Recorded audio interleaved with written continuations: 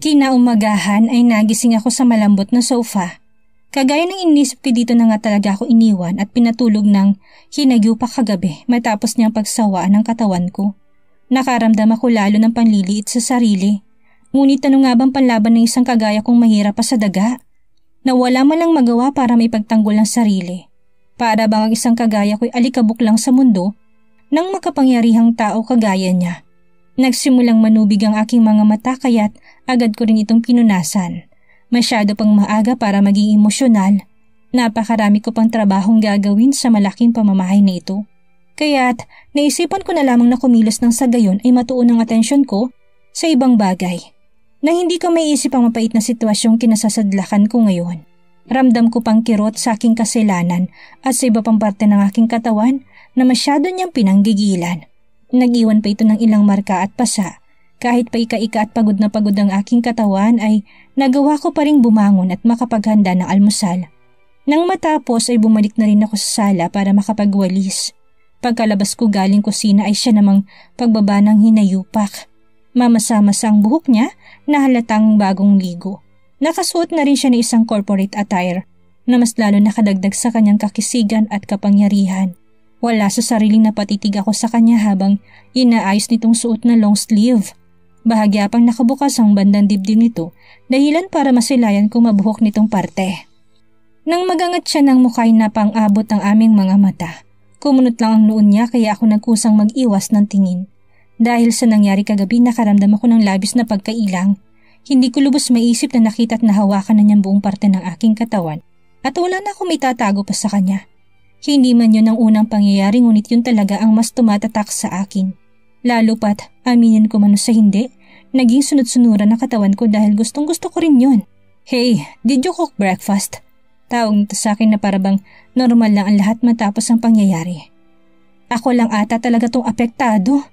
Napanunok ako ng lawi at sasagot na sana nang muli din siyang nagsalita. I mean, nakapagluto ka na ba ng almusal? Marahil naaalala niyang mahina akong umintindi ng salitang Ingles, kaya niya ito tinagalog. Pilit kong inayos ang sarili at tuwid na sumagot. Tapos na, Mr. Helgon. Kumain na po kayo. Ani ko't hindi na rin siya muli pang nagsalita. Patungo na rin siya sa kusina at kahit pinapatuloy ko ng aking gawain. Ilang saglit lang ay tumunog ang doorbell kaya agad akong tinungong pintuan para mapagbuksan ito. Inisip kong baka napaagang punta nila Aling Kuring. Ngunit, nang tuluyan ko ito mabuksan na ibang mukha ang bumungad sa akin. Mukha na isang gwapong lalaki na halatang gulat nang makita ako. Holy shit! Tanging nasabi lang niya habang awang ang mga labing nakatitig sa akin. Pinapasadahan ako nito ng tingin mula ulo hanggang paa na parabang kinikilatis itong buo kong pagkatao. Kumunot ang noo ko sa naging reaksyon niya kaya ako na ang nagpasyang bumati sa kanya. Good morning, sir. Formal na sambit ko. Para naman siyang nahimasmasan at agad na inayos ang kanyang tayo at ngayoy napakalawak na ng kanyang ngiti. Goodness, I'm so sorry. I'm just speechless with your beauty.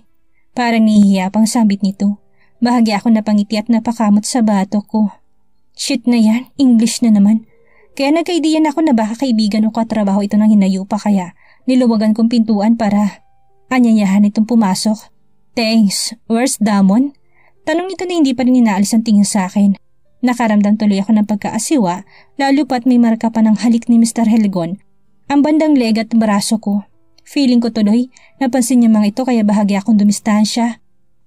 Nasa kusina po, kumakain pa. Tipid na sagot ko. Umiiwas na rin dahil binawalan nga ako makipag-usap. I see. By the way, my name is Zeus and I'm Damon's dear friend. What's your name? Magiliw na pagpapakilala nito sabay lahad ng kanyang kamay. Kahit naasiwa pa rin ay ayaw ko namang maging bastos. At saka hindi rin naman siguro masama kung makikipagkamay lang ako. Hindi naman ako makikipag-usap gaya ng pinagbabawal ng hinayupak. Kaya't naisipan kong lumapit sa kanya para tanggapin ang kamay niya. Ngunit bago ko pa man yan mahawakan ay bibiglang humila ng braso ko dahilan para mapatras ako. Tangina ka, Zeus. Narinig ko na lang ang barito ng boses na hinayupak sabay tabig sa kamay ng kanyang kaibigan. Hindi makapaniwalang umiling si Zeus at mapanukso na pangisi. I knew it, Damon Lucif. Kaya nang pala kagabi wala kang gana sa mga babae dahil may binabahay ka na pala. Kailan pa to? Bakit wala ka man lang naikwento? Bulalas nito na hindi ko mawari kung panunukso ba o talagang totohanan. Gago, she's not what you think. You see, she's just a housemaid. Baritono pa rin ang boses ni Mr. Helgon. Walang nagbago. Sadyang napakagaling niya magtago ng sekreto. Kagaya ni Nasora at Dr. Diro, mukhang wala ring alam itong isang kaibigan niya. Dumako naman ang tingin ni Sus sa akin at sa hawak kong walis. Ngunit kumunot lang ang noo niya. Mukhang hindi pa rin naniniwala. Housemaid? A goddess like her is just a housemaid? Come on, Damon. Sinong niloloko mo? Pangungulit pa nito. Tangina, bahala ka na kung anong isipin mo.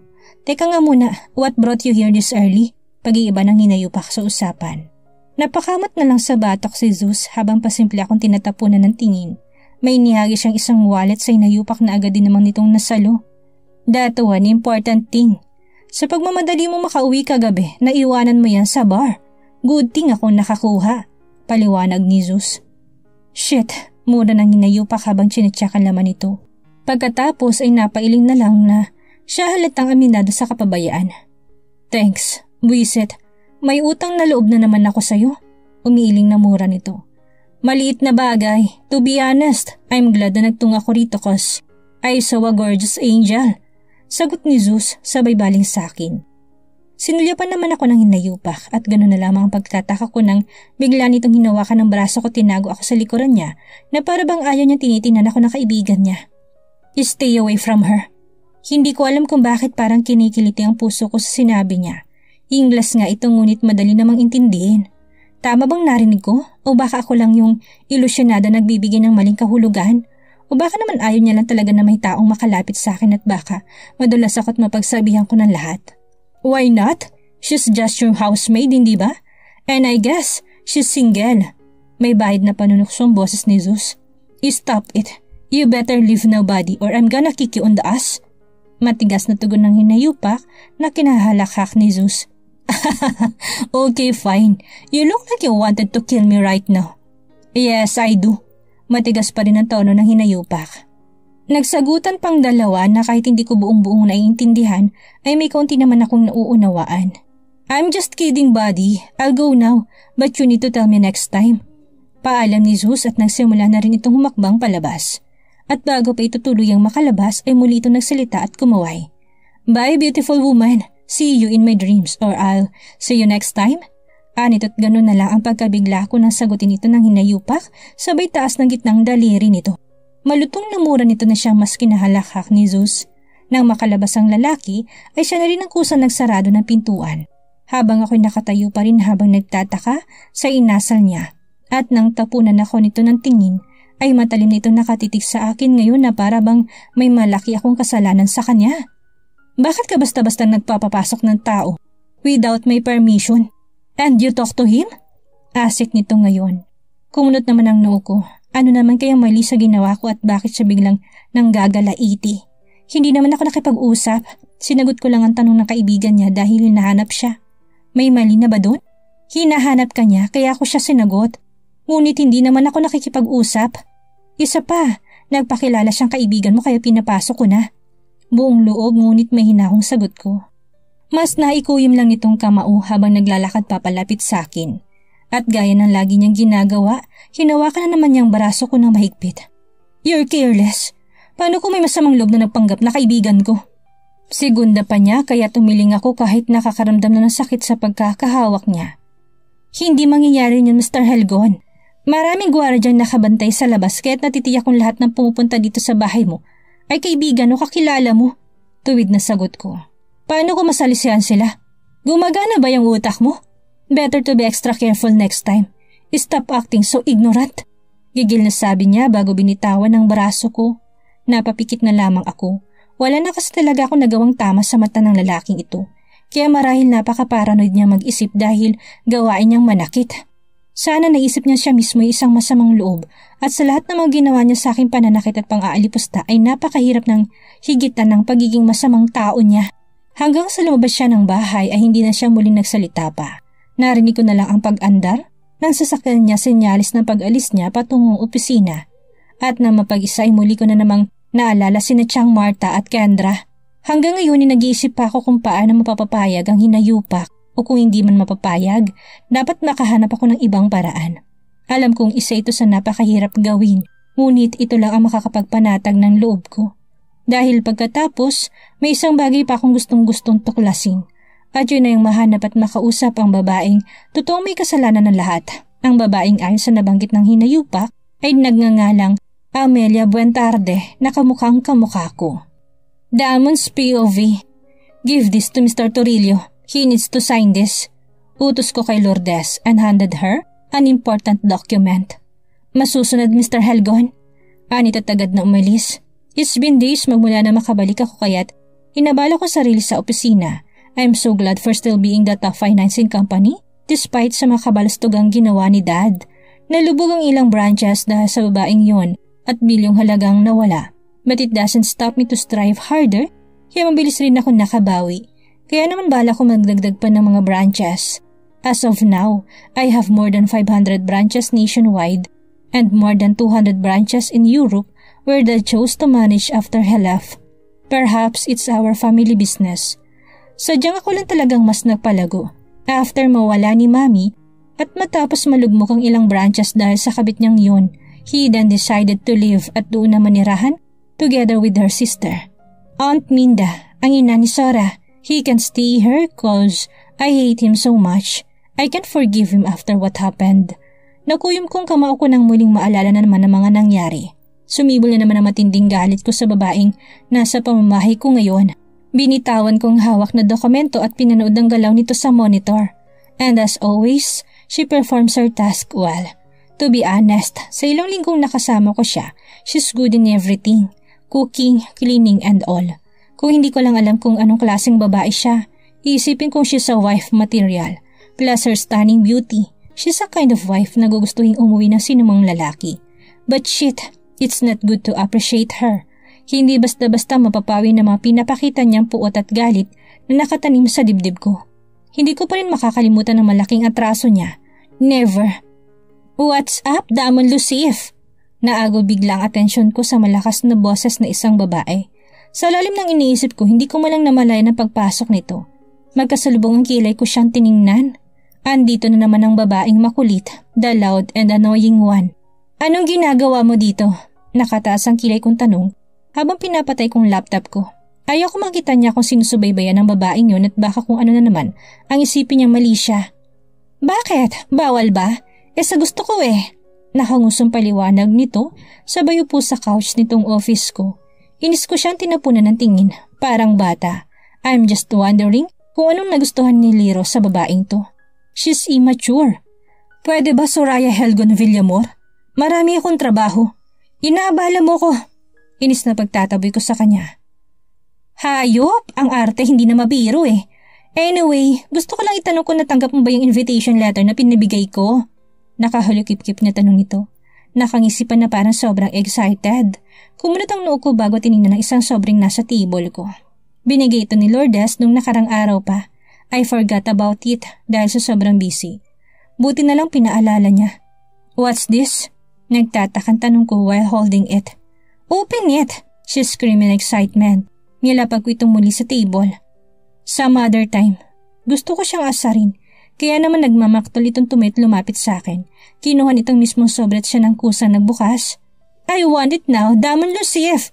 Read it. Kung hindi tatakwil kita bilang pinsan ko. Nakangusong sabi niya pa. Here she goes again. Ang kulit at siya pa talagang may lakas loob na itakwil ako. Balo talaga. Kaya upang tumigil na siya sa pangungulit at pag-iingay ay kinuha ko na lang ito at binasa. Ganun na lamang ang pagkagulat ko nang malaman ang nilalaman. Engagement party? Oh yeah! Finally! Liro and I are getting married! She screamed out loud. Napailing ako. She's 25 yet she's acting like a teenager kaya hindi ako makapaniwala that she's going to settle down. Joke ba to? Gago! Do you think I am joking? Nakataas ang kilay na sabit niya but the excitement and the happiness is still there. Gusto kong matawa. Hindi ko akalaing matutuloy sa kasalan ng dalawang ito, knowing how brat and annoying she is. Ano kayang pinakain ng babaeng ito kay Liro? Napapansin ko ang nahawa ng seryosong doktor sa pagiging makulit niya. I guess Liro needs to think a million times. Umiiling na turan ko. Buisit ka talaga, Damon Lucif. Kami nga hindi namin nakalain na may ibabahay kang babae mo. Ganting pangaasar niya na kinigting ng pangako. I smirk. What are you saying? Nakabungisgis na ito ngayon. I laugh na para bang panalo na siya sa asara namin. Don't deny it, Damon Lucif. I know Amanda so special to you. Nararamdaman ko. Nagtataka ko siyang tiningnan. Amanda, who is she? Wow, binahay mo na nga pero kunwari hindi mo kilala. Wag ako, Damon Lucif. Nakabungisngis na sabi nito. Oh, I forgot that the slut is using another name, pretending to be someone else, at talagang pinangatawanan niya. Baka nga sa susunod na taon, ikaw naman na magpapakasal eh. Dagdag pa niya and she laughed so hard. The nerve! Saan mo nakuha ang nakakadiring idea na yan? Magkasalubong ang kilay na bulalas ko. That's so freaking impossible.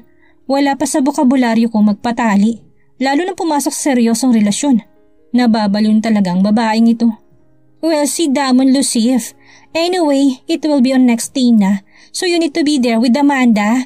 Aniyang mas lalong kinakunot ng noo ko. I shook my head. What? No way. Ano naman ba yung kabaliwan mo, Sora? Inis na sagot ko. Bakit hindi? Partner mo siya at mabait siya. At sa totoo lang, gusto ko siya nung una ko siyang makita. Kaya tinuring ko na siyang kaibigan. Nakangiting paliwanag nito. Partner? What the heck? Ilang beses ko bang sasabihin sa'yo na housemate ko lang siya? Alila, nothing else more. Inis na paliwanag ko. Okay, fine, sabi mo eh. Pero isama mo pa rin siya. Ako nang bahalang magpaayos sa kanya pati nang isusuot niya. Gosh, Damon, it's only one night and it's so special kaya pagbigyan mo na ako. Pamimilit pa niya. But still, umiling ako. I didn't expose her in the public. Alam kong wala rin namang nakakilala sa kanya special about her affair with Dad.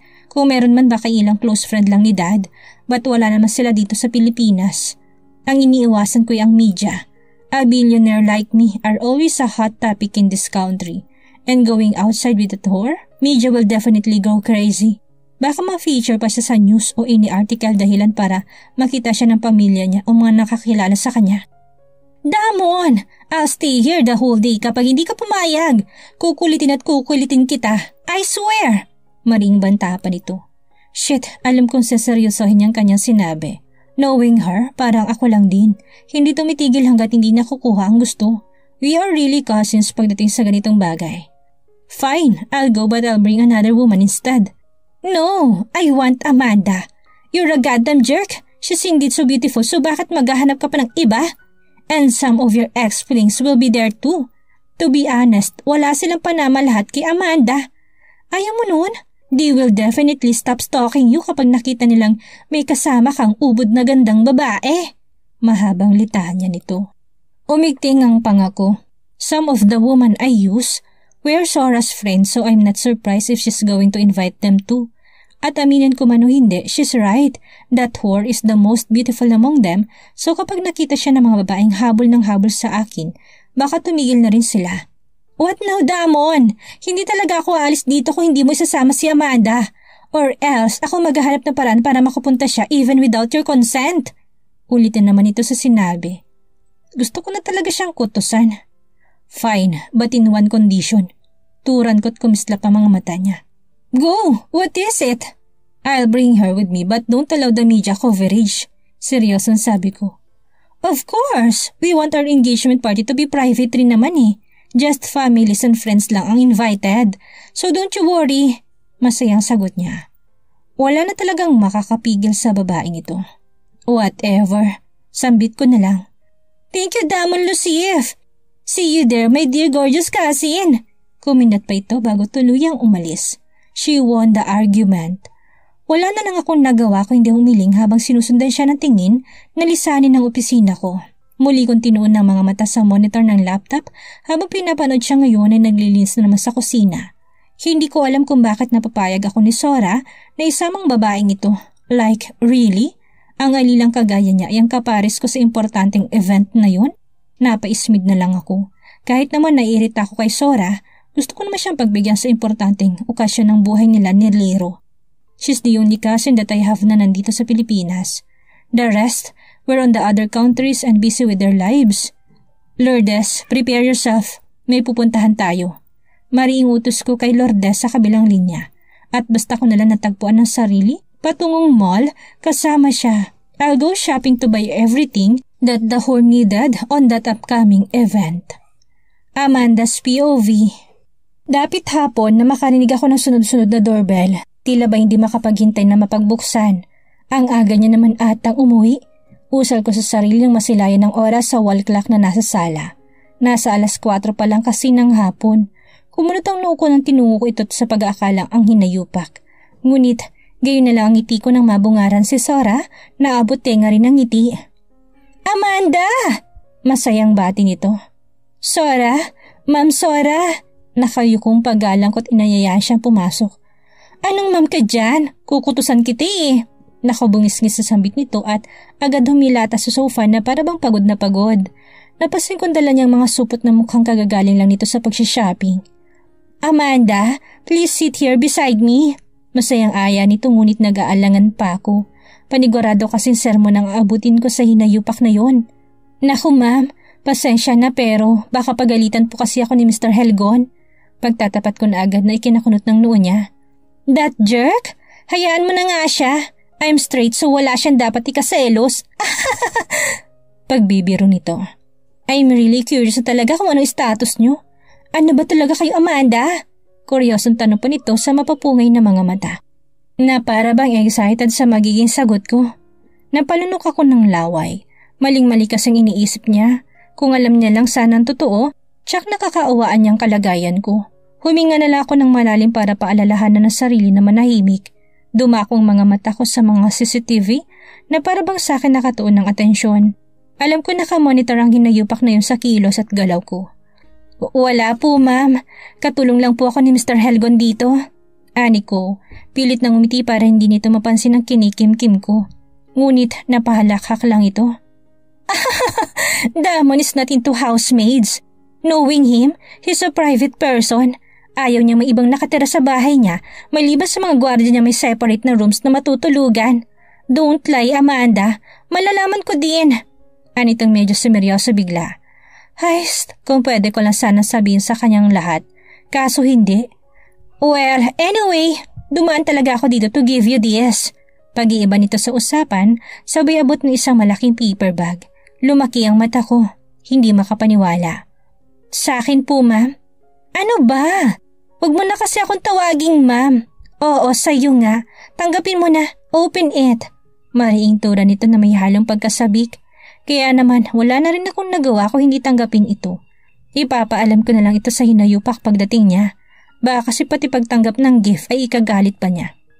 Open it na! Bilis! Excited na tura ni Sora. At nang mabuksan ko ito'y namangha ako sa laman. Isang sexy dress ito na kulay red, nakaekis ang likuran at may mahabang slit sa gilid. Napakaganda ng tela, mukhang mamahalin at ito pala ang unang beses na nakatanggap ako ng regalo. Do you like it? Napalunok ako ng laway. Masaya ako, sobra. Ngunit puno din ng pagtataka ko siyang tinanong. Para saan ito Sora, bakit mo ako niregaluhan ng ganito? Well, I am inviting you for our engagement celebration. Liro and I are now engaged. Masayang balita nito sabay pakita ng palasingsingan niyang nakasuot ng singsing na may malaki at kumikislap pa na diamante. Wow, talaga? Congrats, Sora. Masayang turan ko. Gusto ko sana siyang yakapin kaso baka mag-alburutong pinsan niyang hinayupak kaya kinamayan ko na lang siya at nginitian ng ubod tamis. Kahit bago pa lang kaming nakakakilala, napakagaan ng loob ko sa kanya at ramdam kong ganun din siya sa akin. Thanks, Amanda, and you should wear that. Anito, ngunit sumilay naman ang lungkot sa labi ko. Masaya ako para sa'yo, Sora, kaso baka hindi rin ako makapunta. Tsak naman na hindi papayag si Mr. Helgon. Hey, don't worry about him. Nag-usap na kami, he agreed. Balita nito na ikinabilis ng kabog ng puso ko. Hindi man ako makapaniwala, ngunit alam kong nagsasabi naman ng totoo si Sora. Kaya hanggang umuwi si Sora ay hindi na walang labis na pagkasabik sa puso ko habang tinitingnan ang eleganteng damit na binigay niya. Ano kaya magiging itsura ko kapag suot ito? Kaya sinukat ko rin ito kalaunan. Tuwang-tuwa pa ako sa harapan ng salamin at gayon na lamang ang pagkagulat ko nang marinig ang barito ng boses sa likuran ko. Where did you get that? At paglingon ko, nagtama ang mata namin. Hindi ko alam kung tama bang nakikita ko ngunit nakikita ko sa mga mata niyang paghanga habang tinititigan ako mula ulo hanggang paa. Answer me, where did you get that? Kanino galing yan? Sunod-sunod na tanong niya habang pinapasadahan ako ng tingin. Para naman akong nanunumbalik sa realidad nang muling marinig ang baritono niyang boses. Hindi ko alam kung bakit parang naistatwa ako bigla sa mga titig niya. Nagtaka tuloy ako kung bakit pa siya nagtatanong ngayon sa pag-akala ko nakamonitor siya sa mga CCTV dito. Hindi niya ba nakita ang pagpunta ni Sora dito kanina? Pasensya na Mr. Helgon, huhubarin ko na lang po. Imbis na sagutin siya ay para pa ako nagpapanik at hindi makanda-ugagang hinubad ito. Muli ako humarap sa salamin. Kita ko pa sa replika nitong pag-angat na sulok ng kanyang labi. Hindi mo pa sinasagot ang tanong ko. Seryosong ani nito habang hindi pa rin umaalis sa kinatatayuan niya. At nang mahubad ito ay nakayuko akong humarap sa kanya. Ayaw ko siyang tingnan. Nadidistract ako sa titig niyang matalim pero parang nanghuhubad. Dumaan po si Sora dito kanina Mr. Helgon at binigay niya to. Tuwid na sagot kahit na kinakabahan. So nag-usap din kayo? Ano pa pinag-usapan niyo? Hindi ko alam kung ano man naging expression niya ngunit mukhang hindi naman galit ang boses niya. Tungkol lang po sa engagement party niya, wala na pong iba. Ani ko na hindi pa rin siya magawang tignan. Dinig kong malalim niyang buntong hininga na parang dismayado o ano. Hindi mo pwedeng suotin yan. It's too revealing. Maring wika niya lang bago tumalikod. Bilisan mo dyan at magluluto ka pa. Tawagin mo na lang ako sa itaas if dinner is ready. I'm hungry. Pahabol pa niya. Rinig ko pang yabag na mga paa niya paakyat ng hagdanan. Ha? Ano kayong nakain niya at himalaatan na hindi siya mukhang leon na nalalapa? Ang weird niya ngayon. Napailing na lamang ako habang tinutupi ng maayos ang dress na binigay ni Sora. Nang hinaya ako na ipinagbawa ng hinayupak na suotin ko ito. Kaso wala rin naman ako magagawa kung hindi ako sumunod sa kanya. Mukhang hindi rin nata ako matutuloy sa pagpunta. Maintindihan naman siguro ni Sora kung sakali man. Kaya bala kong itago na lang itong dress sa bakanting cabinet dahil wala naman ako ibang mga gamit rito maliban sa ilang damit na pambahay na binigay ng hinayupak. Pagkatapos ay mabilis kong tinungong kusina at nagluto ng ulam para sa hapunan niya. Natakam akong inamoy ang chicken curry habang nilalapag ito sa mesa. Nakaramdam na rin ako ng gutom ngunit kailangan kong maghintay. Nagtimpla na rin ako ng pineapple juice at nang may handa lahat sa mesa ay pumanik na rin ako sa itaas para tawagin ang hinayupak gaya ng bilin niya kanina. Mr. Helgon, handa na po yung pagkain. Tawag ko sa kanya kasabay ng marahang pagkatok ng kwarto niya. Ngunit nakailang katok na kay wala pa rin nagbubukas. Mr. Helgon? Labis na pagtatako kaya naman wala sa sariling pinihit kong doorknob at nang mapagtantong nakabukas ito'y walang pagdadalawang isip akong pumasok. Mr. Helgon, nakahanda na po ang... Napaawang ako't hindi natuloy ang sasabihin dahil siya namang paglabas niya galing banyo. Bumungad sa akin ang mamasa-masa pa niyang katawan at tanging ibaba lang niya natatakpan ng tuwalya. Shit! Hindi mapigil ang sigaw ng aking isip. Napatulala ako habang hindi magkanda-ugagang mga matang palipat-lipat ng tingin sa kabuuan niya. Sa mabuhok at malapad niyang dibdib, sa perpektong hugis ng kanyang abs at sa umbok ng kanyang alaga na halatang pagkalaki-laki. Santissima! Napalunok ako ng laway. Aaminin ko may kung anong kuryenteng dumadaloy sa mga ugat ko. Nahawakan ko na ito lahat dahil ilang beses na rin namang may nangyari sa amin, sa pilitan man o hindi. Ngunit hindi ko mawari kung bakit parang naninibago ako sa damdaming nararamdaman ko ngayon habang nakatitig sa kabuuan niyang postura. What are you doing here? Baritonong tanong niya na halata ang pagkagulat sa tono ng kanyang boses. Bigla ko nanumbalik sa wisyo at pinamulahan ng muka.